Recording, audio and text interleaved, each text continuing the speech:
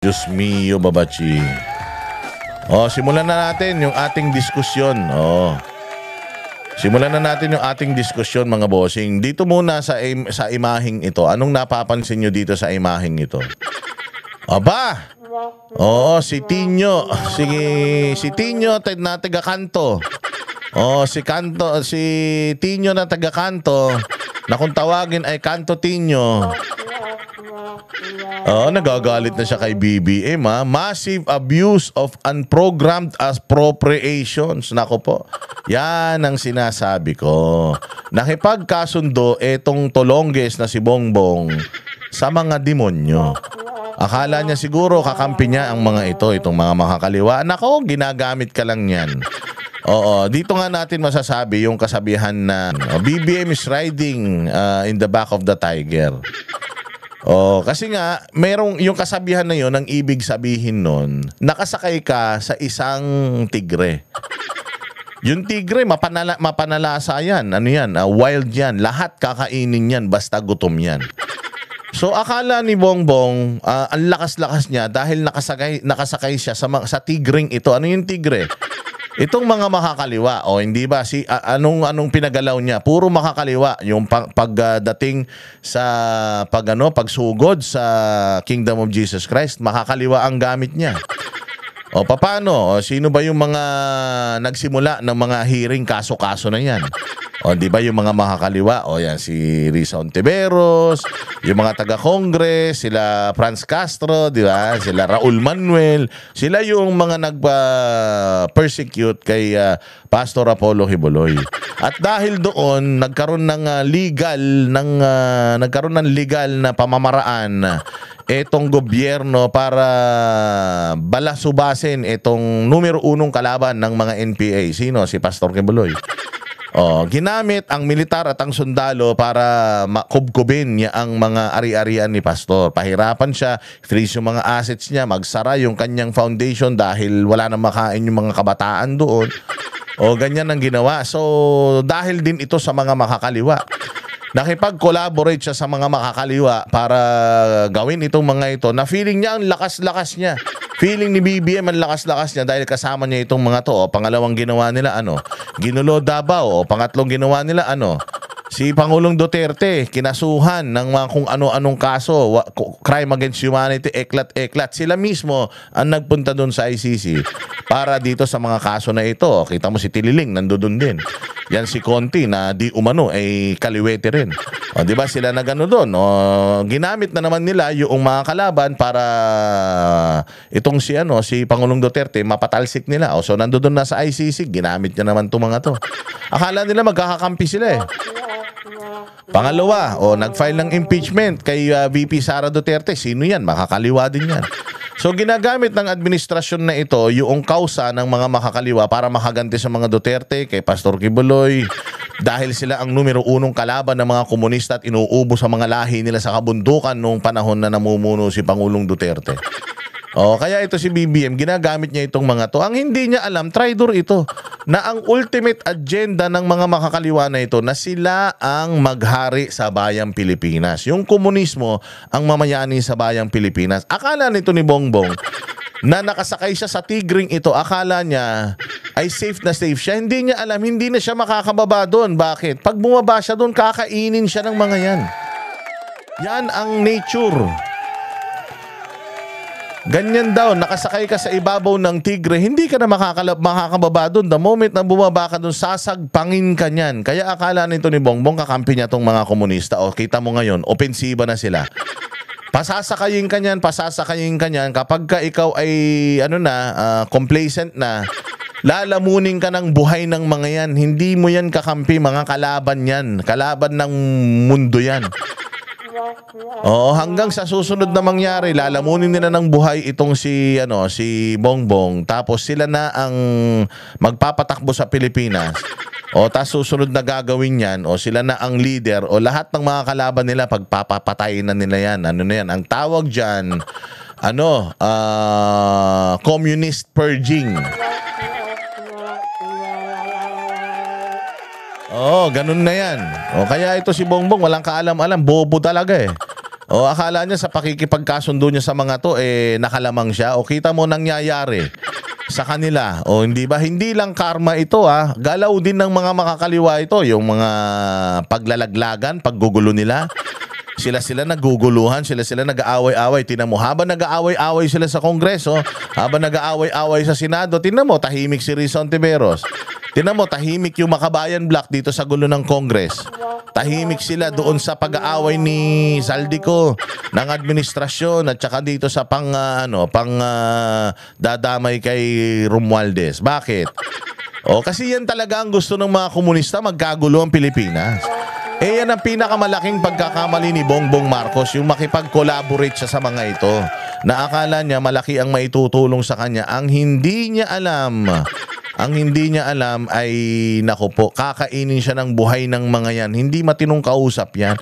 Mga traidor yang mga yan. Kaya nga dapat inuubos ang lahi ng mga yan.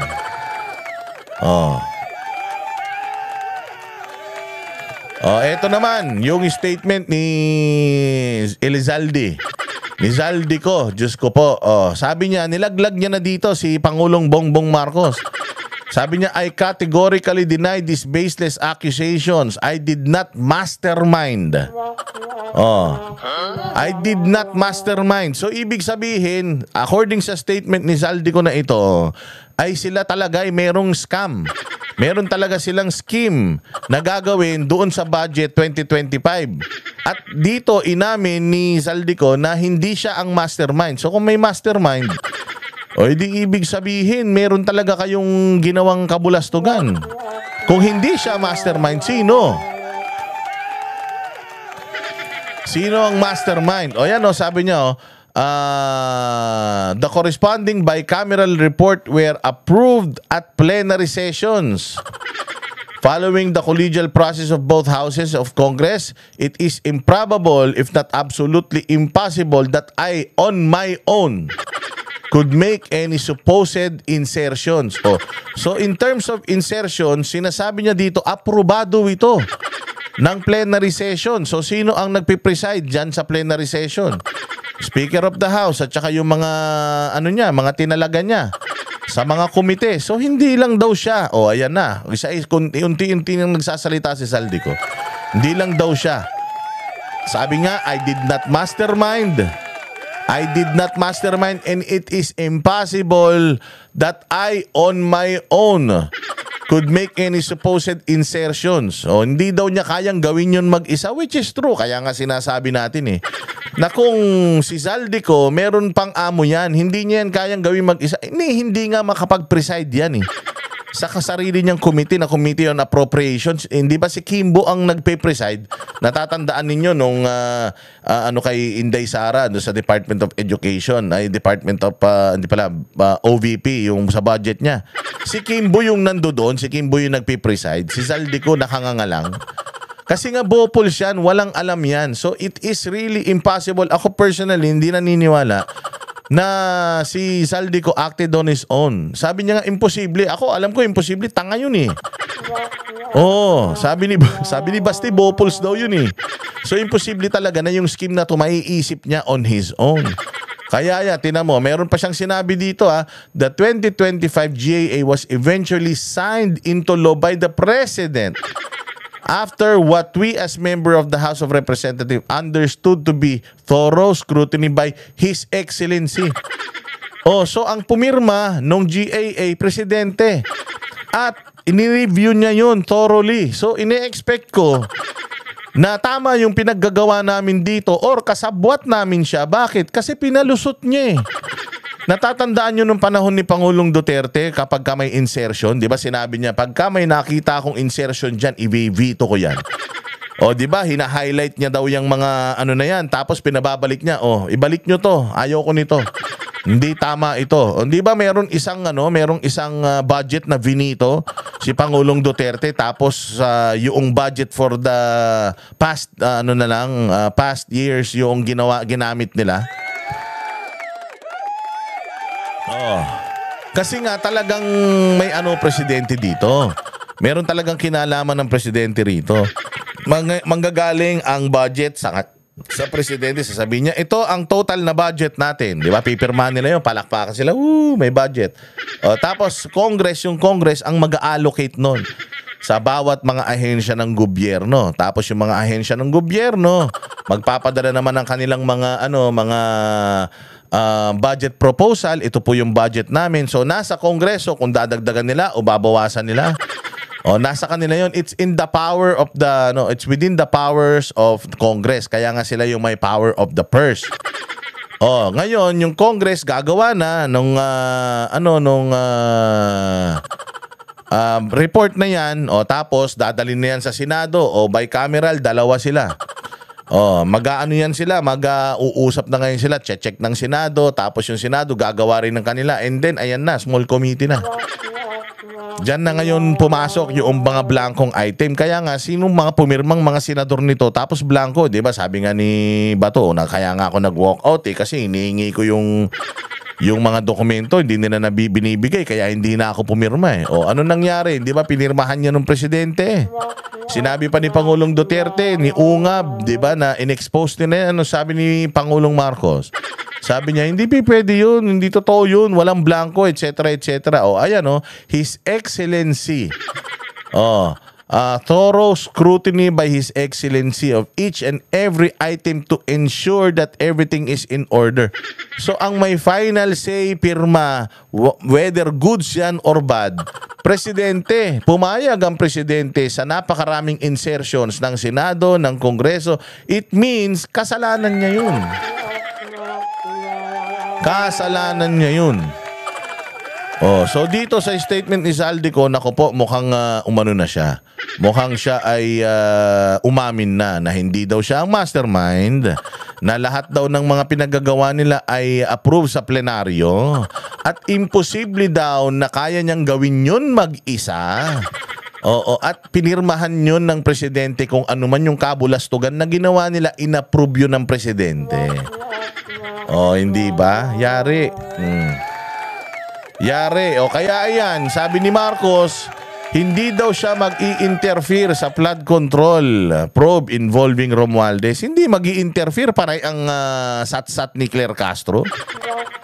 Panay ang statement ni Claire Castro tungkol kay... Sabi nga, ayan. Ito yung sinasabi ni Karen Davila. Why is Malacanang speaking on behalf of the former Speaker of the House? He can very well defend himself. Oo nga naman, bakit si Claire Castro ang nagiging parang spokesperson ni Romualdez? Dahil nung merong speech si Chis Escudero, siya yung sumasagot. So ano ba to? Sino ba talaga presidente ng Pilipinas? Si Bongbong o si Romualdez? Kaya nga sabi ko nga sa inyo, the mere fact na iniiwas kay Romualdez, it means kasi pag pumunta na yan kay Romualdez, katulad na sinasabi ni Inday Sara, papunta na yan. Diyan sa Malacanang, papunta na sa Malacanang yun kasi dinadala yung pera sa Aguado eh. Di ba? Sa Malacanang yun. So makikita mo talaga may paper trail at saka yung trail of evidence, papunta talaga ng Malacanang. Kaya makikita mo, ano na sila, damage control sila. Pati nga ngayon si Claire Castro, napasahod ng Malacanang para ipagtanggol ang Malacanang. Pati si Speaker of the House, niya na. Pinagtatanggol niya na. Samantalang ang Congress, ang dami-dami naman nilang spokesperson. Meron silang 3 spokesperson doon. Na first time din in history ng House of Representatives na magkaroon sila. Boses nga sila ng taong bayan, tas may boses din sila. Ano yun? The job of the Presidential Communications Office is to speak for the President. When the PCO defends or attacks someone, it gives the impression the President is behind it. Di ba? Tama ito. Sinabi ni Karen Davila na ang trabaho ng PCO ay magsalita, maging mouthpiece. Kung ano lumabas sa bibig niya, yun ang statement ng Malacanang. Kapag ang PCO o ang spokesperson ay may ipinagtanggol na isang kawatan, ibig sabihin, sangkot talaga Malacanang. The President is behind it. The fact that the President cannot request for accountability sa kanyang pinsan na amo ni Zaldico, it means talagang 3 yan, riding in tandem yang 3 sa pagnanakaw sa pera ng Pilipinas. Si Zaldico lang nawala dito, yung kanilang nililitsyon eh. O bakit hindi nila litsyonin ito si Romualdez? Bakit? Kasi pinsan. At dahil pinsan, sigurado ko may usapan.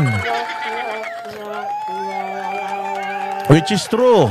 With an ongoing investigation on the budget and flood control anomalies, a demeanor of impartiality might be prudent. Mayroong ongoing investigation na yung presidente mismo ang nag-initiate, tapos ang PCO, yung mga posible at pinapangalanan na mga kawatan sa Pilipinas, pinagtatanggol. Anong ibig sabihin nun? Tapos sasabihin nila, BBM o the palace won't interfere in flood control probe. You will not interfere sa flood control probe, pero itong si Castro panay ang tanggol sa pinsan mo. Ay, mga loko-loko kayo. Mga buwisit talaga kayo. Wala kayo talagang matino na pinagsasasabi sa bayang Pilipinas at ginagawa sa bayang Pilipinas, Diyos mio. Kami ang boses ng masa, hindi natatakot. Katotohanan lang, di kami nalulunod. Walang bahid ng sismis, lahat ay totoo. Kahit sino ka pa, pag mali ka babanatan ka.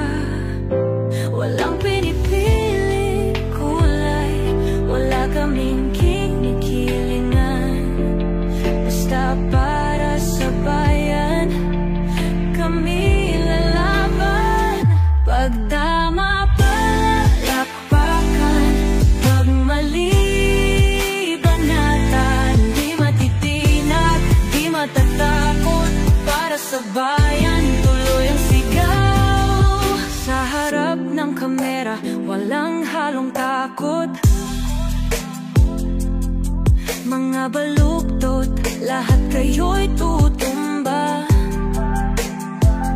Ang hustisya at totoo, yun lang ang mahalaga. Kahit sinong harang, di kami matitinag. Walang pinipiling kulay, wala kaming kinikilingan. Basta para sa bayan, kami lalaban. Pag tama palakpakan, pag mali banatan. Di matitinag, di matatakot, para sa bayan tuloy ang sigaw. Kung nasa tama ka, ikaw ay aming kasama. Pero pag mali ka, handa ka na bang mabasag? Banateros kami, walang inuurungan. Dahil bayan muna, bago ang sarili.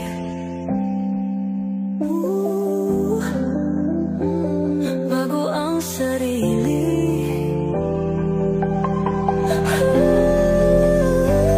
Pag tama palakpakan, pag mali banatan. Banateros ang sigaw, katotohanan ang laban.